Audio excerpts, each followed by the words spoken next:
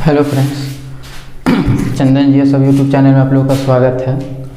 आज हम लोग भारत का सामान्य परिचय देखेंगे कि भारत के बारे में जो बेसिक नॉलेज है, बेसिक जानकारी है, उन सभी चीज़ों को आज हम लोग देखेंगे।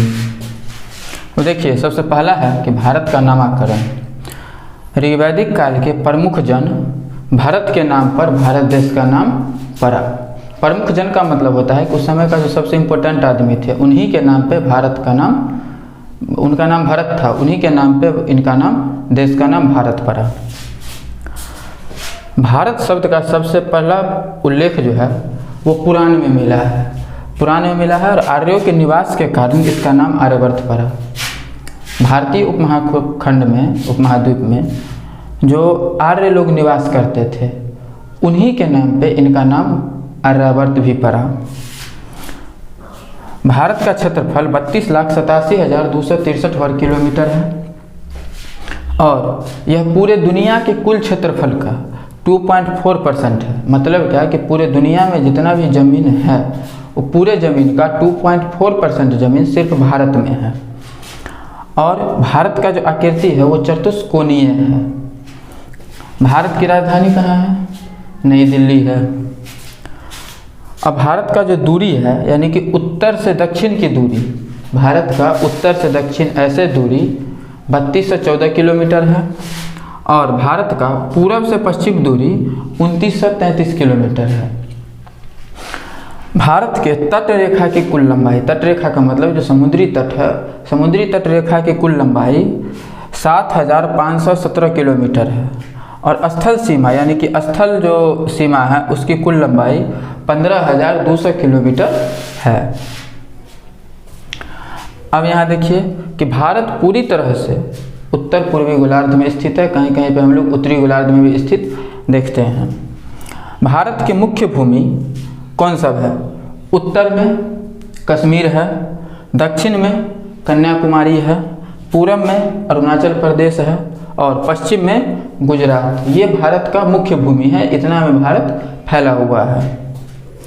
अब देखिए, भारत का जो दक्षिणतम बिंदु है उसको हम लोग इंदिरा पॉइंट कहते हैं। भारत का जो दक्षिणतम सबसे लास्ट बिंदु इंदिरा पॉइंट है और वो इंदिरा पॉइंट है। उत्तरी बिंदु जो है वो इंदिरा कॉल है। भारत का सबसे उत्तरी बिंदु इंदिरा कॉल है। भारत का पूर्वी जो बिंदु है वो किबिथु है। भारत का पूर्वी बिंदु किबिथु है और भारत का पश्चिमी बिंदु गुहार मोती है। भारत का पश्चिमी बिंदु क्या है? गुहार मोती। इसको याद रखना है। आगे है कि इसमें कुल 28 राज्य और 9 केंद्र शासित प्रदेश हैं। भारत को 6 जोन में बांटा गया है। भारत जो पूरे महाद्वीप को, भारत देश को 6 जोन में बांटा गया है। कर्क रेखा भारत के 8 राज्य से गुजरती है। कर्क रेखा जो है वो भारत के 8 राज्यों से होकर गुजरती है। और भारत ही एकमात्र ऐसा देश है जिनके नाम पे किसी महासागर का नाम है, जिसको हम लोग हिंद महासागर कहते हैं। ये भारत के नाम पे ही इसका नाम हिंद महासागर पड़ा है। अब देखिए कि क्षेत्रफल की दृष्टि से भारत का सबसे बड़ा राज्य राजस्थान है और सबसे छोटा राज्य गोवा है। क्षेत्रफल की दृष्टि से, यानी कि ज़मीन की दृष्टि से।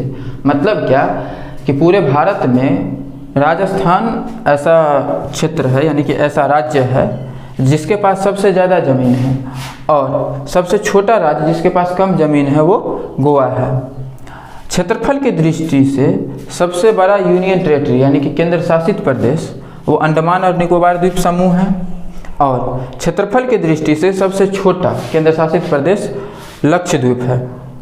जनसंख्या की दृष्टि से भारत का सबसे बड़ा राज्य यूपी, यानी कि उत्तर प्रदेश है और सबसे छोटा राज्य सिक्किम है। भारत में 9 राज्य तथा 4 केंद्र शासित प्रदेश की सीमा समुद्री तट रेखा से लगी हुई है। समुद्री तट रेखा से लगा हुआ है। इसमें गुजरात का जो तट रेखा है, यानी कि गुजरात का जो समुद्री तट रेखा है वो सबसे लंबी है तथा सबसे छोटी तट रेखा गोवा की है। अब यहाँ पे एक और बात देखना है कि जनसंख्या की दृष्टि से सबसे बड़ा केंद्र शासित प्रदेश दिल्ली है और जनसंख्या की दृष्टि से सबसे छोटा केंद्र शासित प्रदेश लक्षद्वीप है। अब आगे देखिए कि भारत में 5 राज्य की सीमा अंतर्राष्ट्रीय सीमा को स्पर्श नहीं करती है। भारत की जो स्थलीय सीमा है वो 7 देशों से लगी हुई है और भारत की 17 राज्य की सीमा पड़ोसी देशों से लगी हुई है। 17 राज्य की सीमा। भारत जनसंख्या की दृष्टि से पूरे विश्व में दूसरा स्थान रखता है, पहला चीन, दूसरा भारत। और क्षेत्रफल की दृष्टि से भारत पूरे विश्व में 7वां स्थान रखता है और क्षेत्रफल की दृष्टि से पूरे विश्व में पहला स्थान रूस का है। अब यहाँ पे ये तो हो गई हमारे इम्पोर्टेंट बातें। अब ज़रा हम लोग इसके बारे में कुछ और इम्पोर्टेंट बातें देख लेते हैं कि भारत में जितने भी राज्य हैं और जितने भी केंद्र शासित प्रदेश हैं उन सभी का अपना एक अलग अलग संस्कृति है, अपना एक अलग वहाँ का समाज है। अब हम लोग ये देखेंगे कि संस्कृति और समाज के आधार पर हम लोग भारत को कैसे पढ़ना है हम लोगों को। तो ये तो पूरा हो गया। अब ये एक छोटा सा वीडियो था जिसमें कि हम लोग भारत के बेसिक जानकारी दिए हैं। अब अगला जो पार्ट 2 वीडियो आएगा उसमें भारत के बारे में और थोड़ा ज़्यादा एडवांस जानकारी देंगे और इसमें अभी 4-5 पार्ट आएगा जिससे कि पूरे भारत को हम लोग कवर करेंगे। अगर आप लोगों को ये वीडियो अच्छा लगा हो तो इसको सब्सक्राइब करें, लाइक करें, शेयर करें तथा बेल आइकन वाले घंटी को जरूर दबाएं जिससे कि आप लोगों को सभी इम्पोर्टेंट वीडियो आसानी से और समय से आप लोगों के पास पहुंच सके। धन्यवाद।